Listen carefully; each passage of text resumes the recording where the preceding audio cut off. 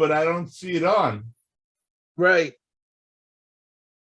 I don't see it on. Julian, we want to hear you. We really do.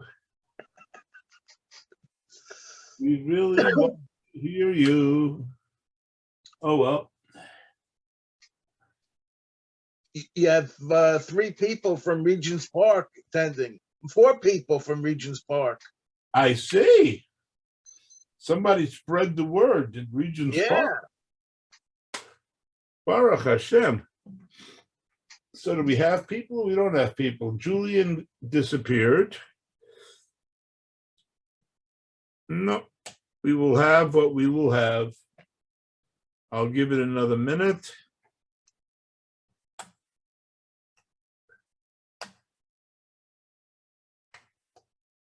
And that is all I can do. I don't see anybody else waiting. Okay. Okay. Baruch Hashem. So, let me just go to where we were.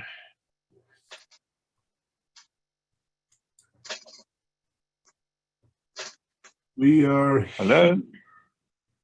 We are here. Let me share the screen.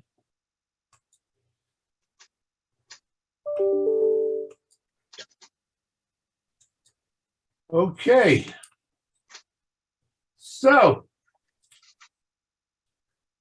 yesterday we reviewed again quickly the 10 differences between a basar v'dam, between a person helping and between Hashem helping, and looking at the different attributes and the things that limit us as if we didn't know ourselves. But he laid it all out for us and basically spelled out all the 10 differences between, as he put it, the alchemist and the not alchemist. And the alchemist, as we realized very, very quickly, could just as well relate to today's modern science. I mean, while they're talking there about silver and turning things into gold from lead, at the same time, they're talking about doing things in the material world as opposed to the Borei Olam, who has the power, of course, to do anything and who is available anytime and is connected to each and every one of us. So then we got into the 7 things that a person would look for, 7 things that a person would need to know or would like to know before they can give over their trust to somebody else. As we said, we keep saying this, giving over your trust to the other, as it were.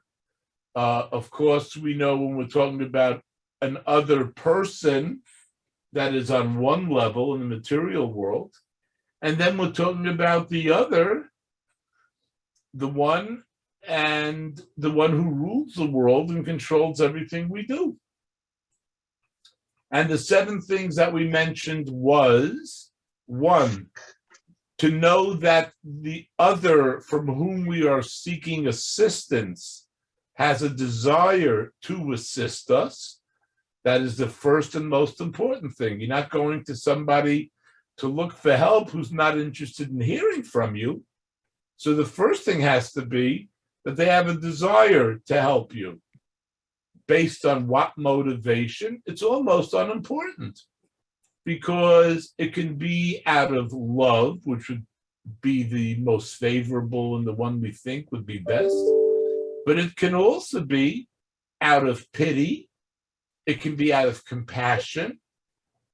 And the reason for the offer to help and the willingness to help is almost unimportant. The key thing is that the one from whom we are seeking assistance wants to help, has a desire to help. That's one.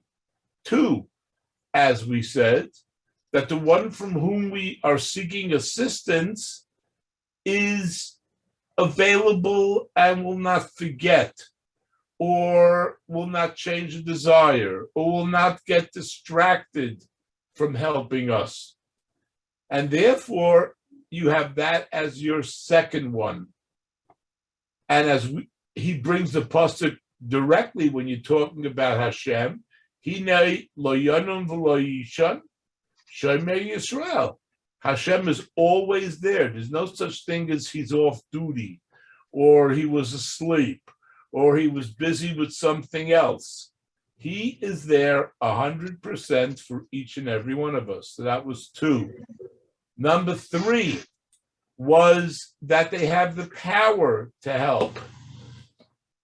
And in the way I was translating it to my concept earlier about that, looking at the interaction between one and the other, here you're not going to go to somebody or depend on somebody for assistance that they do not have the power to give. And that is the question. If you're going to seek something from somebody, if you're going to the president to seek a pardon of a criminal, then you have to go to somebody who you believe has the power to pardon that criminal, or rescue the person from captivity, or do anything that we're asking for. Of course, when we're talking about the Borei Olam, there is nothing that he cannot do, and when he wants to do, and he wants to. So there is no question there either. The fourth is that he is watching everybody and directs everybody in terms of what they are doing. None of their matters are hidden, and there is nothing that he cannot do. Fifth, no created being. Well, actually, we went through this the other way. We went the other seven. I'm sorry. We already went to three. I was looking still at chapter 2. That, let me find it.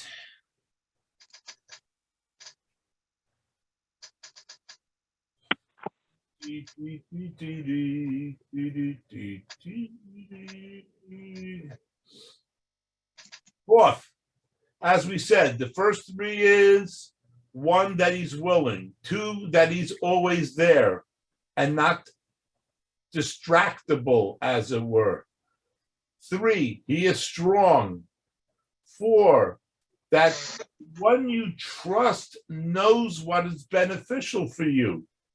For you to trust somebody to hand over all care with respect to a particular item, you would like that the one assisting you knows what is beneficial for you.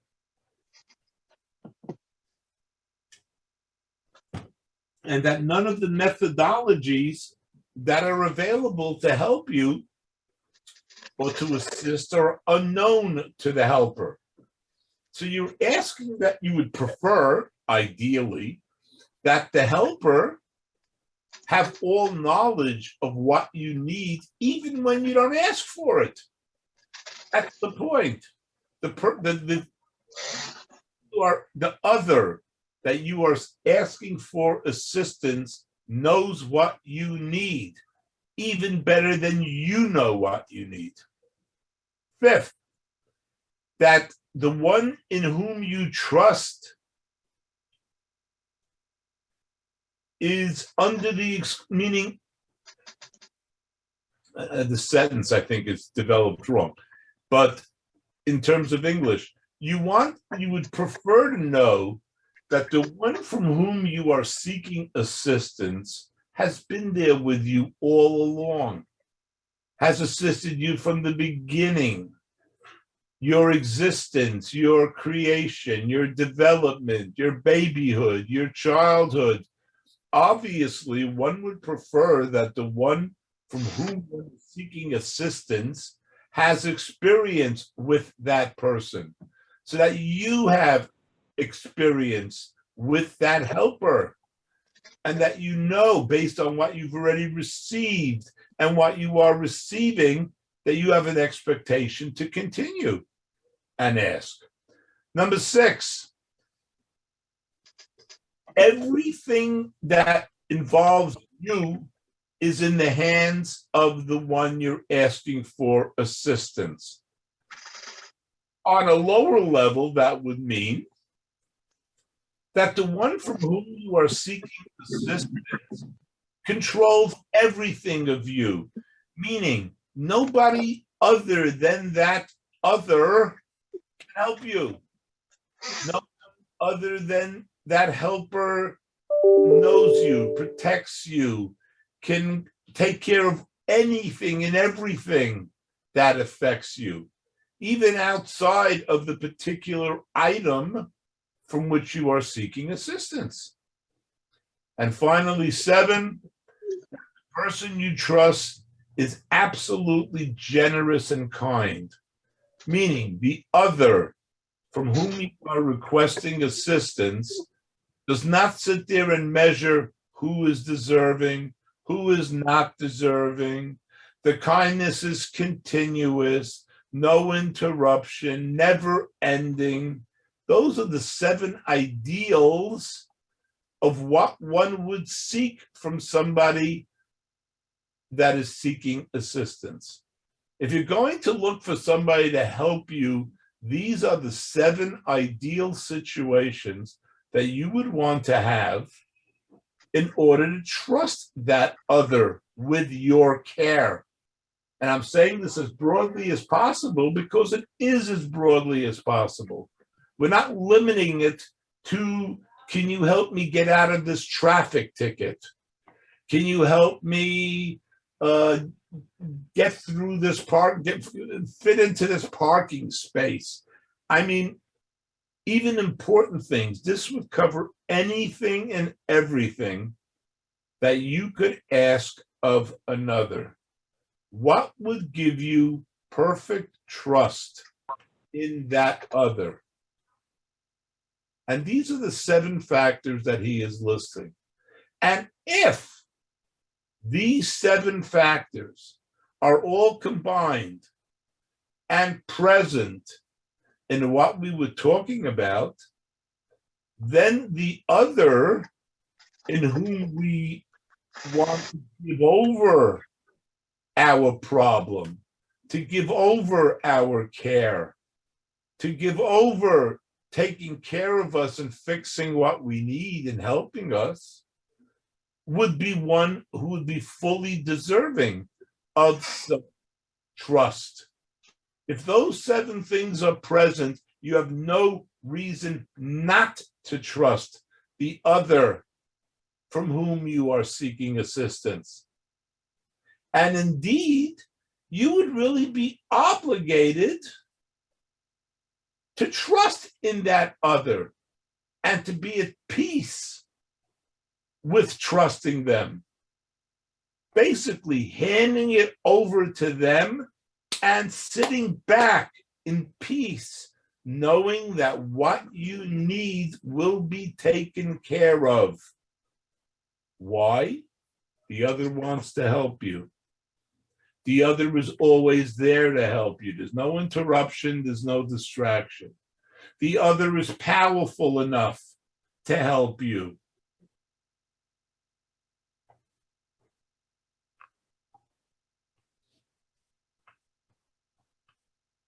That the one you're trusting knows not only what you know about what you need, but also know what you even don't know about what you need. 5th, the one who you're trusting has been with you from the very beginning. He's taken care and solved everything until now, and therefore you have no basis to believe that he won't continue to do so. 6, Everything that involves you is in the hands of that one. Nobody else can touch you. Nobody else can interfere.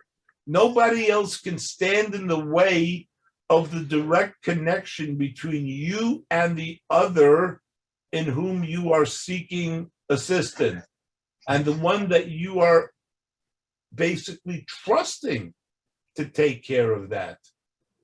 And finally, 7, that the one whom you are trusting is never going to change their mind. It's not like, yes, they were available to help you now, but now you did something wrong, so they're not there to help you anymore, or they forgot and they're not going to help.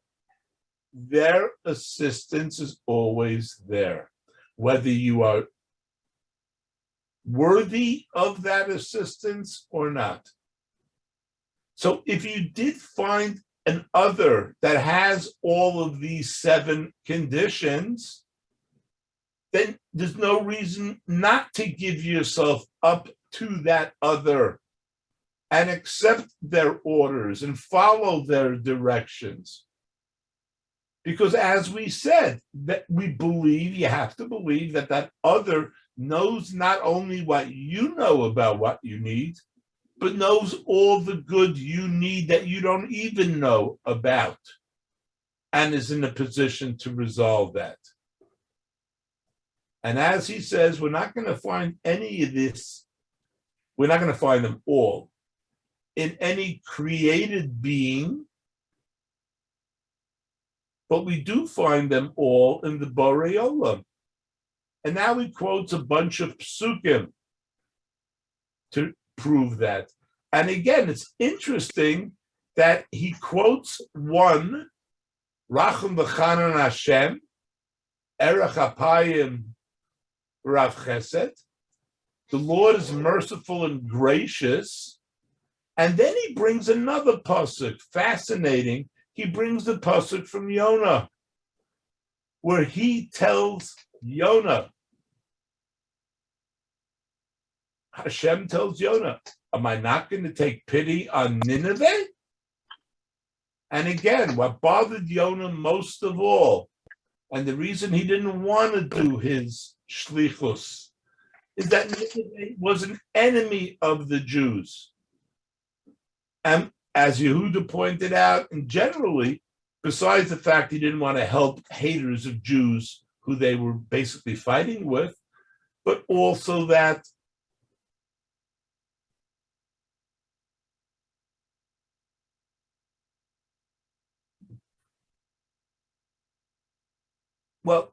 he basically didn't want to help them. Let's leave it at that. And he couldn't see that. And he said, and Hashem says, what's the difference?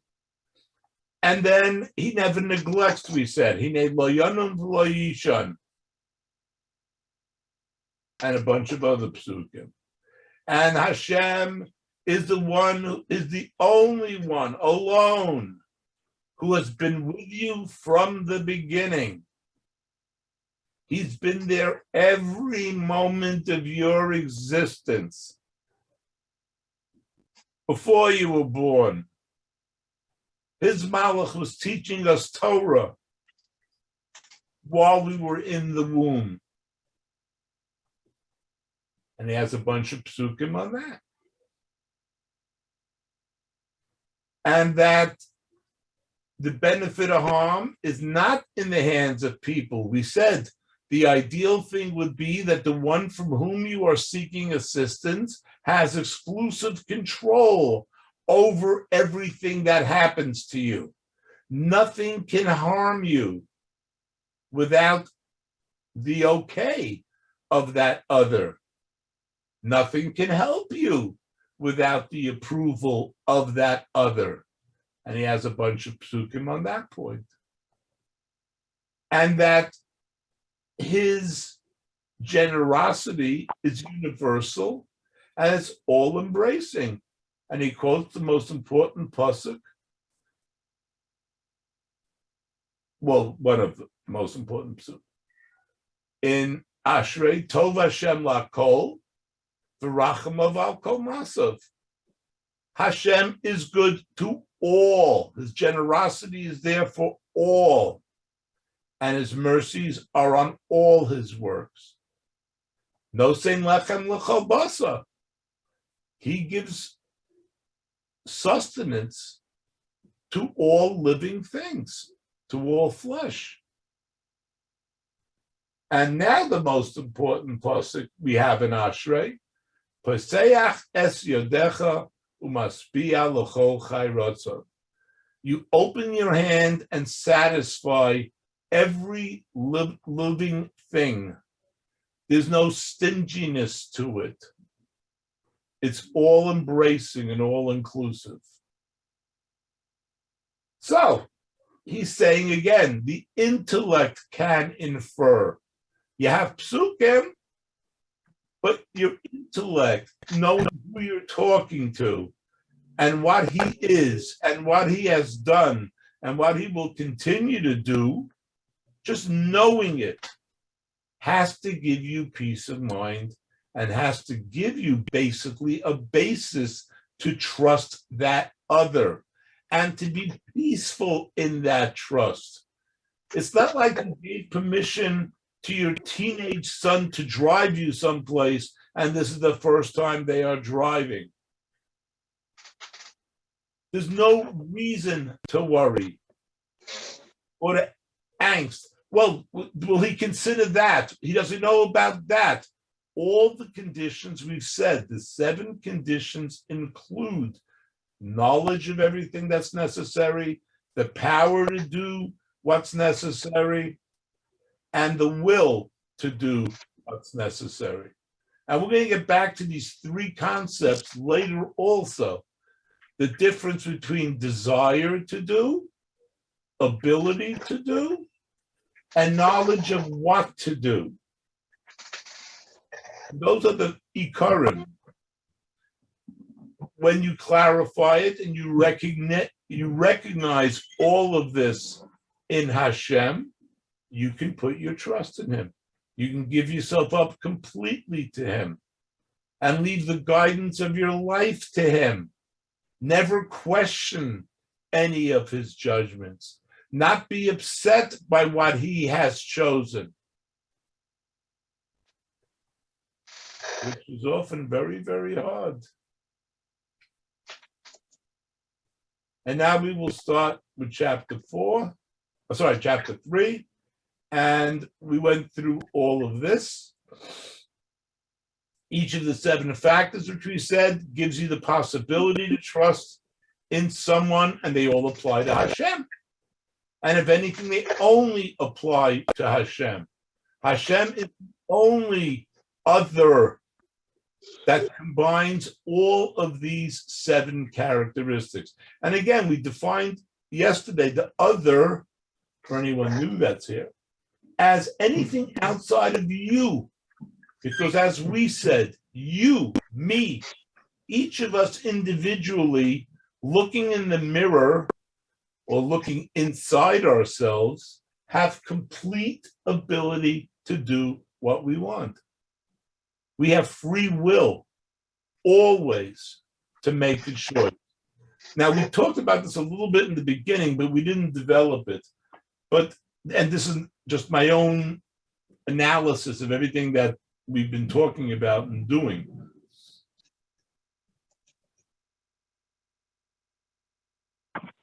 There is, when you get down to it, really only 2 things in this universe from your perspective.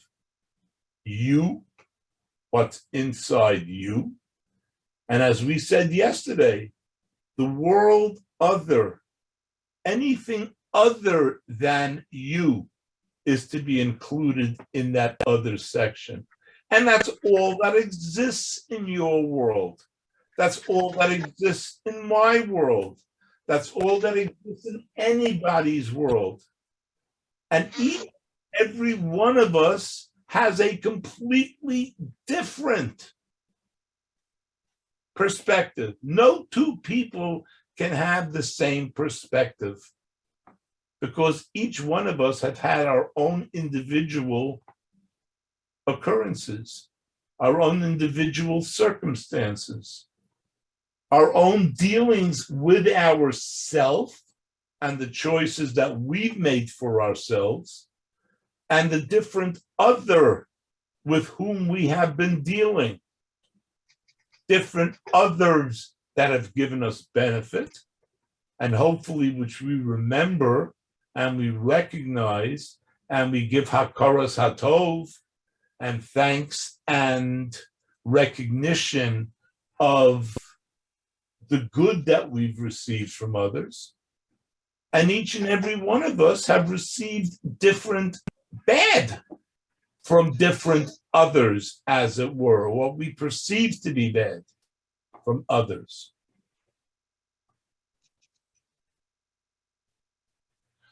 Hashem is merciful more than anything else that can be merciful. None of the ways which benefit a man are unknown to the Creator. Hashem made us. No one else can know better what we need in terms of developing, in terms of growing, and everything else. And this is also true for human makers when they're dealing with their own inventions. Although, as he says, no one of us ever creates anything new. All we can do is form things. The idea of bria, of us doing a creation, is impossible. All we can do really is yitzira, is you take something, you take another thing, and you can change their form from existing raw materials. And all the more so, the one who called us from nothing knows our form, our anatomy, even the synthesis of body and soul. We deal with our own body. We have to deal with our neshama and how to put the two together in a way that works. Hashem knows which way it works. 3, Hashem Yisbarach is the strongest of all the strong. There's absolutely nothing possible that can go against what Hashem wants. Well, I'm saying if Hashem wants it, the idea of, well, I can do this bad, yeah, then Hashem wanted you to do that bad. The point is, whatever it is you are doing is within the scope and within the actual execution of with the Borei Olam. 4th, we said, you want somebody that knows inside and out what you need, better even than you do. Hashem directs the lives of all men. No one of us is ever neglected by Hashem. No anything that we encounter is unknown to Hashem. 5th, no created being can benefit or harm either itself or any other created being without the permission of Hashem Yisbarach, the Creator. So we know that anything that happens to us is within the purview and the permission granted to them by Hashem.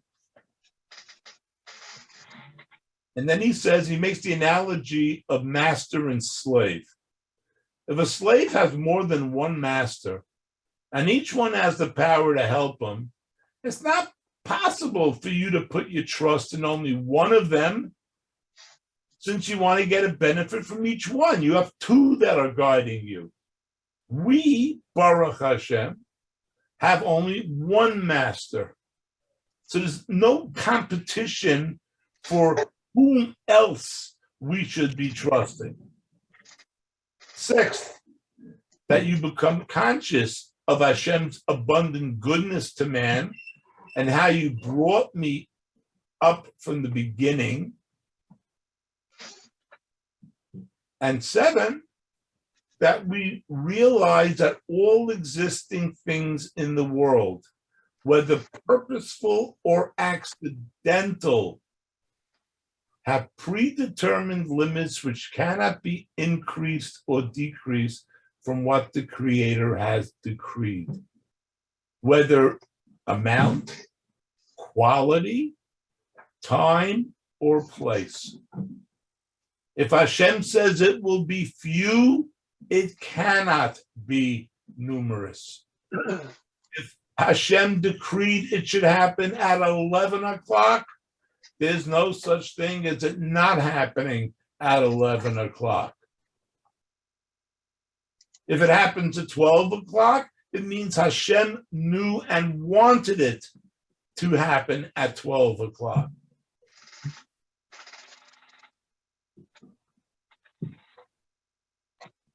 So he is saying now, somebody that does not understand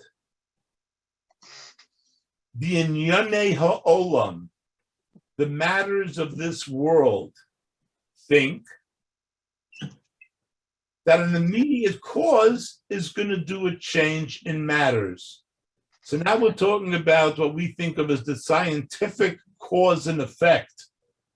Somebody who's not aware of all of these matters inside and knowing that as they have the balls hanging from the strings and one ball hits and then the other one moves and hits and the other one moves and hits, and that's cause and effect.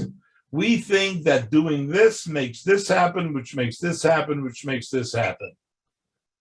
But really, saying a single cause is too weak to force a change. And as an example, again, he uses wheat.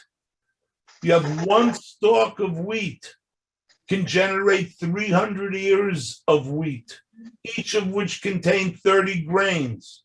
So each grain would produce 10,000 grains. Can one hide the fact that holding one grain in itself is incapable of creating all this other grains? There has to be a factor outside of that grain. And we know that factor is Hashem. And then he says again, to bring oneself to bring early what Hashem said would come later, or to try to postpone something that Hashem said should come earlier, can never happen.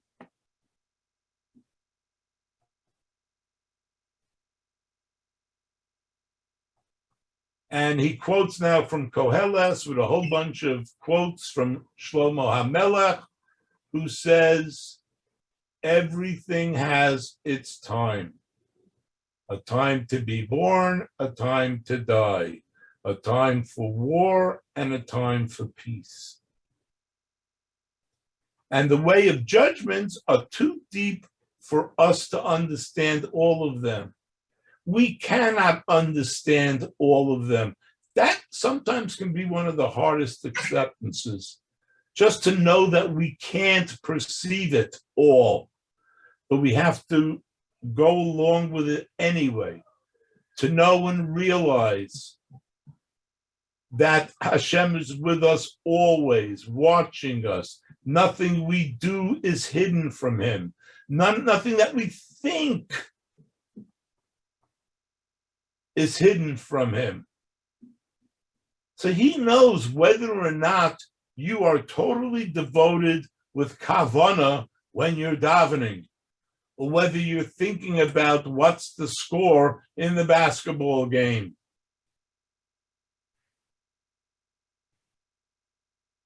Hashem Yodea Machshavos Adam. Hashem knows the thoughts of man. Ki hemo hevel, because that they are vain.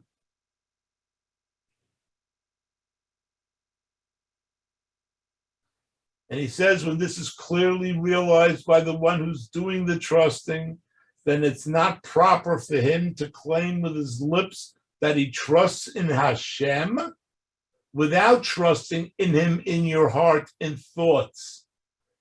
Now here, and now he's saying they would be in the category of you say so, but you're not really there. And then we're going to get into one of the principles that I know Rabbi Victor Miller focuses on, and is mentioned earlier in the Chovos Halevovos, which is ha-tenua ha-chitzona ma'oreres as tenua ha-pnimis. Meaning, what you do on the outside affects your inside. Meaning, many of us tend to say, well, I'm not going to say that or do that or move on that until I really believe it inside. I have to believe it inside, and that will motivate my actions. And here, Rabbeinu Bachya is telling us it doesn't work that way. In that you should do and your belief will follow. You want to be a chassid? Dress like a chassid. Start acting like a chassid, whether or not you believe it inside or not. And ultimately, you will believe it. It will sink in.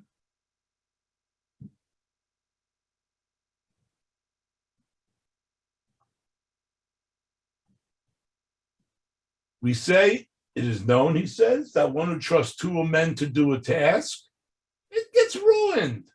You got to trust one person to manage it. If you trust two people to do it, it's not going to get done.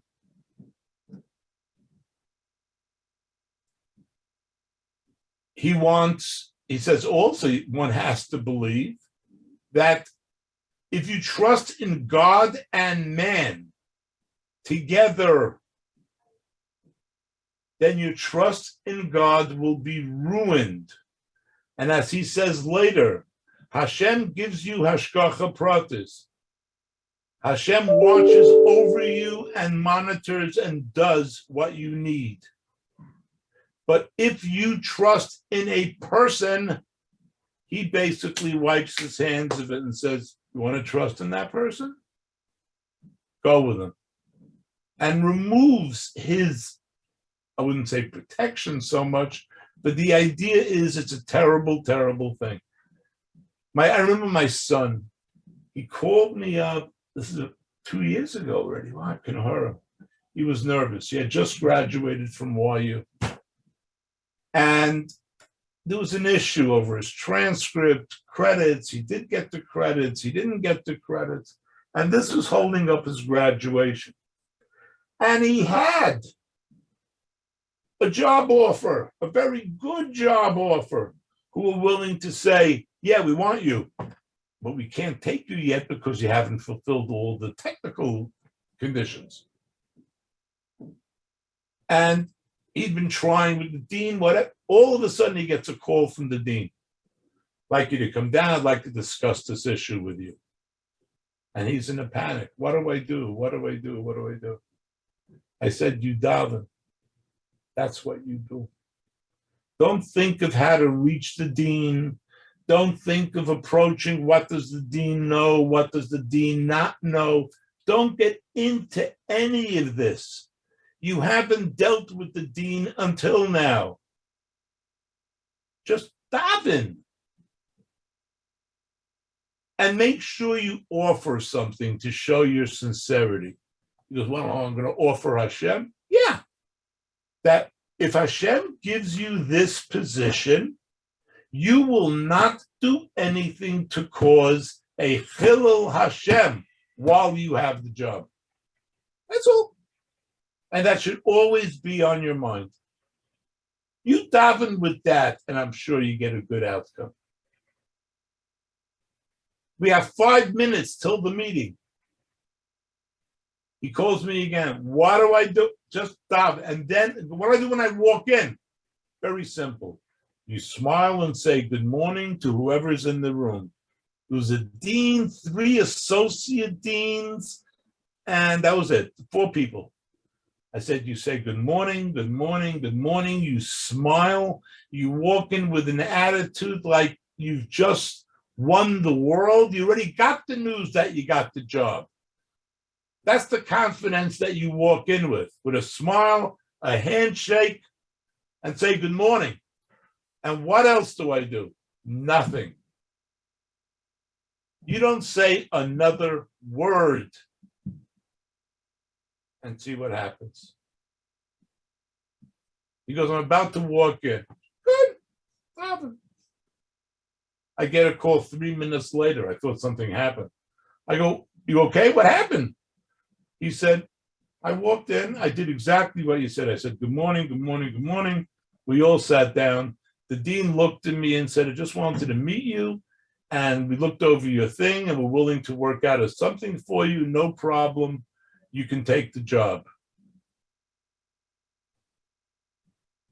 Baruch Hashem. I should check with him now that he's here, whether he's still up on his promise of what he would do. But the idea is you don't look to the dean.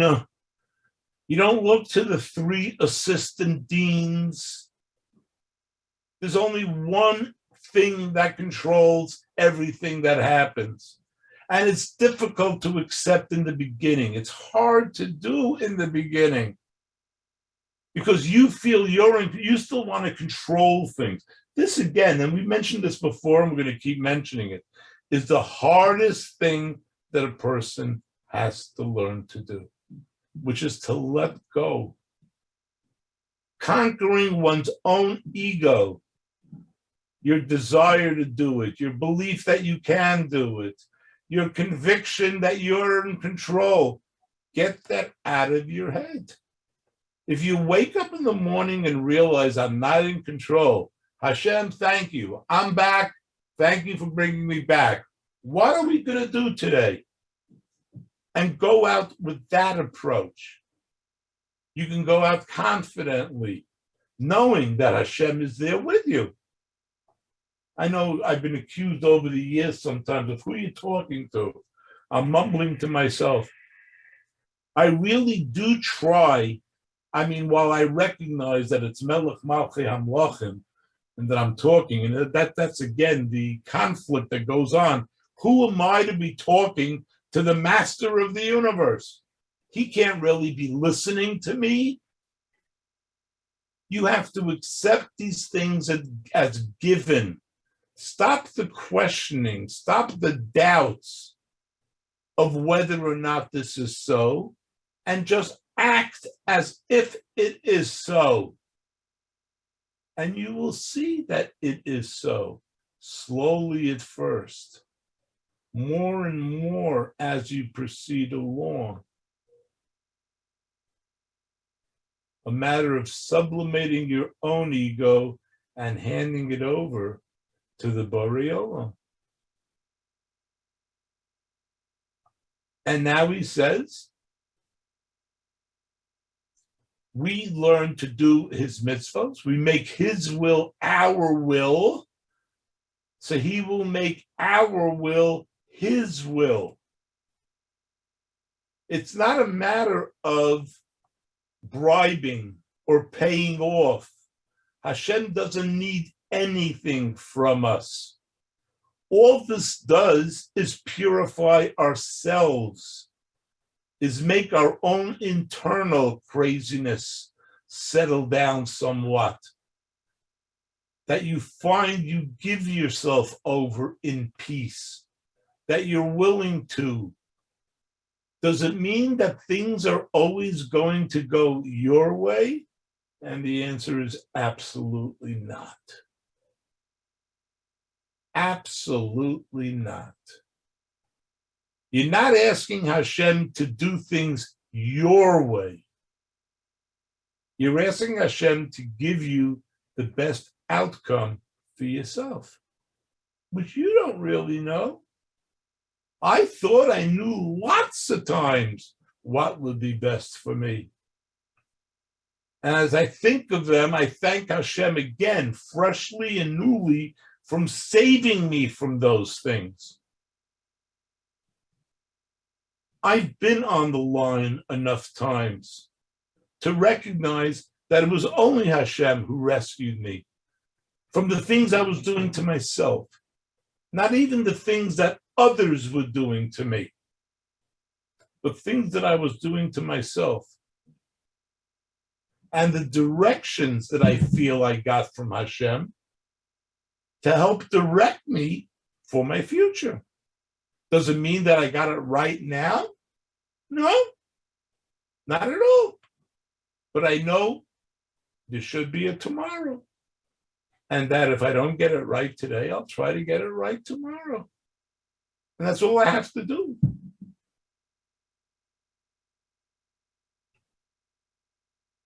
Batach b'Hashem v'asei tov. Trust in Hashem and do good. Shekein eretz b'ra emuna. So shall you dwell in the land, and verily you shall be fed. And he quotes one more pasuk from Eicha. Tov Hashem l'koivov, l'nefesh tidrashenu. Hashem is good to those who hope in him, to one who seeks him. And again, you cannot look at it from an outside perspective. You can't look at what happens to somebody else and say, this was good for him, this was bad for him. We don't know. We don't know. We know almost nothing about our fellow human beings. We know the little bit we see when we see them. We know the little bit we hear from them when they say something. But in terms of the percentage of what that person is, we don't have a clue. And just recognizing that, I think, gives you an extra basis to take a deep breath before proceeding. Now, he's saying if one trusts in Hashem and you still rebel against him, how foolish is it? You can see in our world that if an employer appoints a man to do something and the person disobeys the instruction, it's going to be the strongest factor in refusing to fulfill his side of the deal.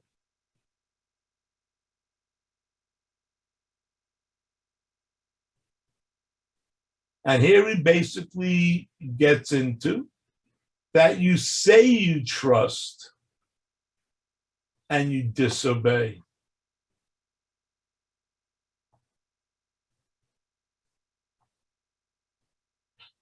And here he brings a bunch of psukim, both from Yirmiyahu and Eov, that basically says, although we say that Hashem gives tov to all and doesn't measure what you do in order to bestow good on you, the good that is for you is different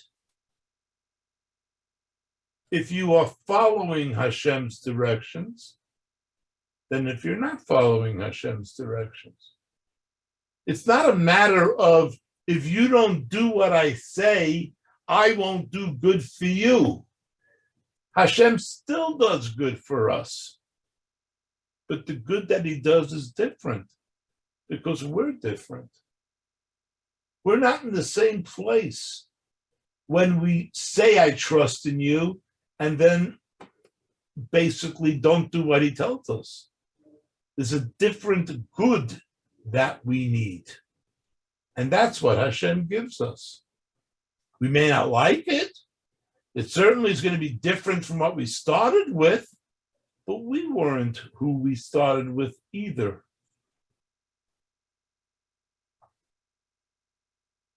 He says the important thing to realize is that every new thing that happens in this world after the Bria, after Hashem created the world, everything that happens in this world happens in two ways. One, Hashem made a gezerah, a decree, that the matter should come into existence. That's first. Hashem's desire and a decree that it should happen. And two, through his agents, whatever they are, people, weather, incidents, time, all of these things are creations of the Borei Olam. Time. Through whatever tools he uses, will bring into existence that which was decreed. So there's two steps. One, Hashem has to want it, and two, with his agency, it happens. And the agency can be an immediate cause. The person punches you because Hashem wanted you to get punched. Or if you were supposed to get punched and the person who was supposed to punch you wasn't available to punch you at that moment, a brick will fall and hit you and give you the same punch. The point is, Hashem wants it, and it happens through his agency. One thing that we are first beginning to accept now, and it was very, very difficult. It was easier when we were dealing with Purim, and we were talking about the possible destruction of the Jews and the questions that come up and the way we learn bitachon, that Hashem sees everything and does everything. And now we go back and say, yes, Hashem wanted to put the decree on. And yes, hon, what do you need? I'm middle teaching, I'm live. What do you want? What do you need? I do not have any.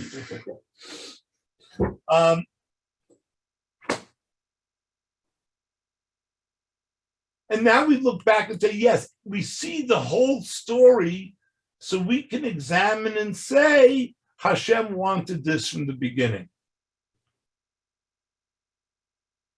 And we learn from it.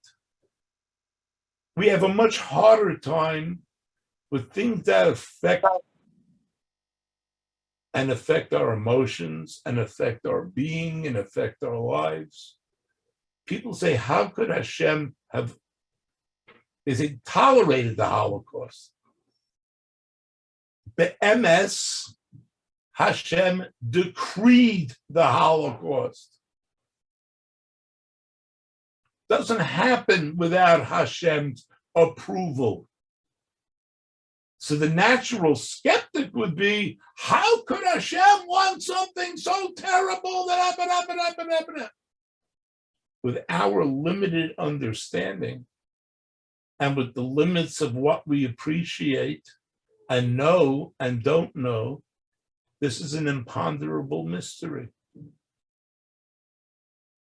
And certainly if you boil it down to the individuals that were affected, it's impossible for us to comprehend.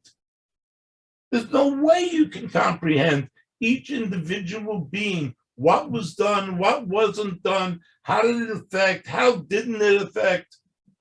We do hear stories now of Nisan, of how people were saved miraculously.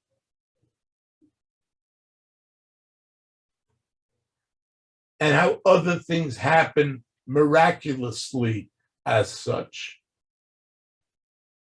But it's still too big and too much for us to accept that this is something that Hashem wanted, that Hashem decreed, and then through his agents accomplished.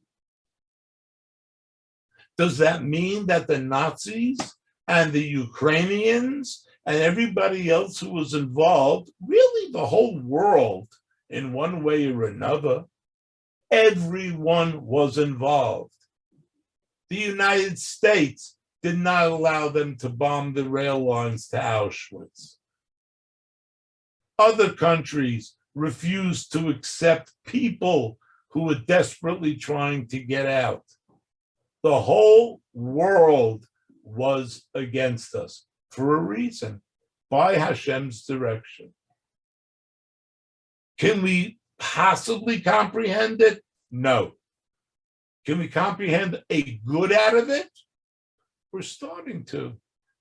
There's beginning to be enough distance and time that we are beginning to see actually the good that came out of it. The relocation of yeshivas from Europe to the United States. The growth of Torah here in the United States. Did it equal the great yeshivas of Volozhin? It's different. The times are different. People needed something different. We were in a world that couldn't appreciate art scroll to start. Now we have an art scroll and therefore have the ability for hundreds of thousands more to learn Devar Hashem and to learn the word of Torah. I think, you look at the internet, as a way of spreading Deus Hashem, the knowledge of God. The Navi, Yeshaya said, when is Mashiach going to come?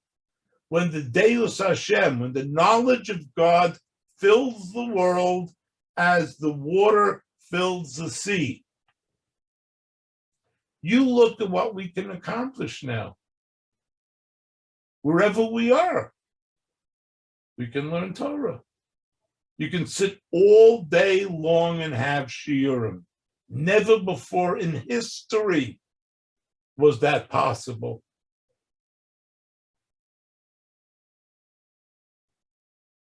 We are here now.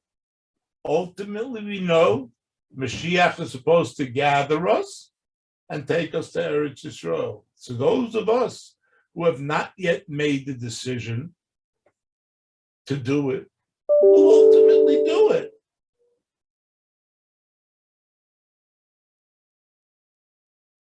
They say the coming of Mashiach will be similar or greater than Yitzias Mitzrayim. Yitzias Mitzrayim, we learned. The Chamushim, only 1/5, or I just heard a word the other day, 1/500th of the Jews merited to leave Egypt. Let's just say 1/5. 1/5 is bad enough. Merited. 1/50th or 1/500th?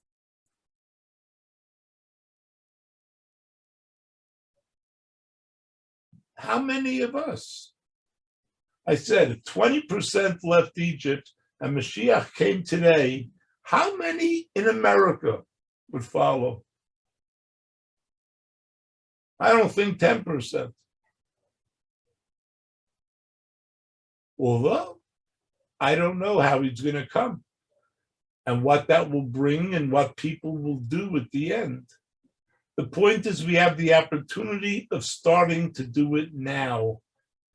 And we understand and have to proceed in the way of bitachon, trust. It just means that if we really accept that Hashem is the creator of the world, if we really accept that Hashem knows all and can do all, we can scream and say, but Hashem, this is not what I wanted. Why am I going through this? You can look within to try to find an answer. The answer is not on the outside. The answer is on the inside. Our Chachamim told us, if something bad happens to you, what should a person do? Yimashmesh b'masav. You should examine your own deeds. Not as a matter of retribution or plus or minus, although it can come down to that too, but examine yourself and how you got to here. You will certainly find things that could have been done better or still can be done better. And it takes a certain acceptance of what you have now is what is good for you at this point in your life. And is only good for you going forward. Because that's ultimately what we're all going for. We've run over time. We did manage to do a few psukim, Baruch Hashem. Okay, so he gets into the intermediate means between man and what he referred to as the buckets, of which is the things that he's using the example of drawing water using a wheel system. So you have buckets and you have ropes. The bucket brought you the water. The remote causes the man who harnessed an animal to the wheel and moves it. These he's using as a description of all the different ways that Hashem gets things done.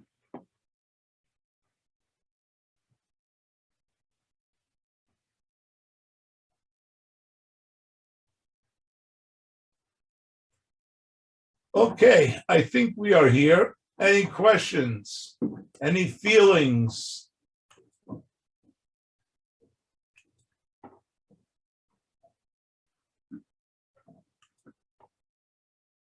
Anybody still awake?